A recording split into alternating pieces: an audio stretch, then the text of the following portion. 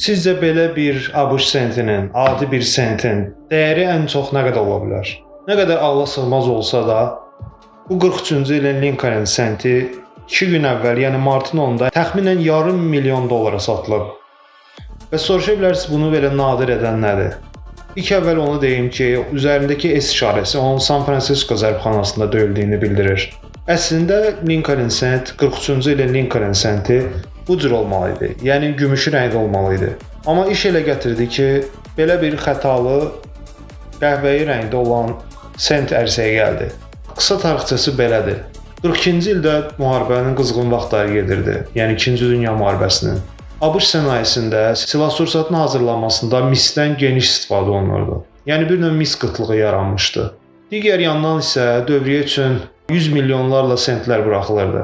Misə qənaət etmək üçün onlar qərara gəlirlər ki, sentləri tam fərqli bir planşetə döysünlər.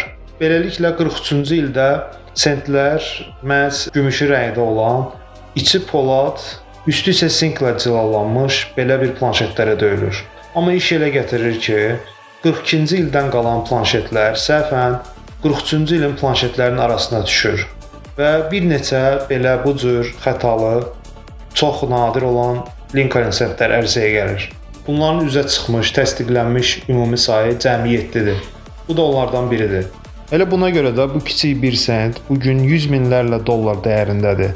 Məsələn, martın 10-da sikkələrdən biri Stax Bowers hərracında 456 min dollara satılıb.